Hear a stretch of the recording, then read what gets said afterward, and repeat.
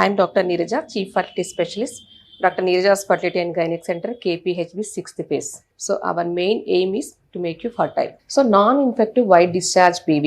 So మామూలుగా patients white discharge కొంతమంది కంటిన్యూస్గా కంప్లైంట్ చేస్తూ ఉంటారు. సో వీళ్ళల్లో మనకు ఇన్ఫెక్టివ్ ఏది, నాన్ ఇన్ఫెక్టివ్ ఏది, సింపుల్ సిమ్టమ్స్ని బట్టి ఒకవేళ వైట్ డిశ్చార్జ్తో పాటు బర్నింగ్ కానివ్వండి, smell, foul smelling, white discharge, urine infection, ఇద్దరు కలిసినప్పుడు పెయిన్ రావడం, డిస్పెరోనియా ఆర్ స్పాటింగ్ డ్యూరింగ్ ఇంటర్కోర్స్ రావడం, ఇవన్నీ ఉంటే abnormal, that suggest infective etiology. So ఇవేమీ లేకుండా just white discharge, continuous white discharge ఉంటే దీన్ని నాన్ ఇన్ఫెక్టివ్ అంటాం. సో జనరల్ గా non infective white discharge obese, ఎక్కువ వెయిట్ ఉన్న పేషెంట్స్ లో, యంగ్ గర్ల్స్ లో ఎక్కువ చూస్తుంటాం. ఎందుకంటే అదొక రీజన్ అయి ఉండొచ్చు. ఇంకొంతమందికి సర్వైకల్ కాజెస్, సర్వైక్స్ ఎక్ట్రోపీ అంటాం, సర్విక్స్ కొంతమందికి ఓపెన్ అయి ఉంటుంది. సో దానివల్ల కానివ్వండి, సర్విక్స్ పుండు అంటాం, ఎరోజన్స్ వల్ల కూడా ఇలా కంటిన్యూస్ వైట్ డిశ్చార్జ్ ఉంటుంది.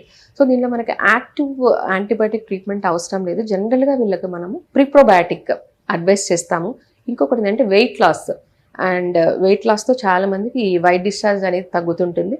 సో వీటితో పాటు లూజ్ అండర్వేరు, లూజ్ క్లాతింగ్, సో ఇవన్నీ అడ్వైజ్ చేయడంతో కొంతవరకు మనం ఈ వైట్ డిశ్చార్జ్ ఈ పేషెంట్స్ తగ్గించుకోవచ్చు. Thank you.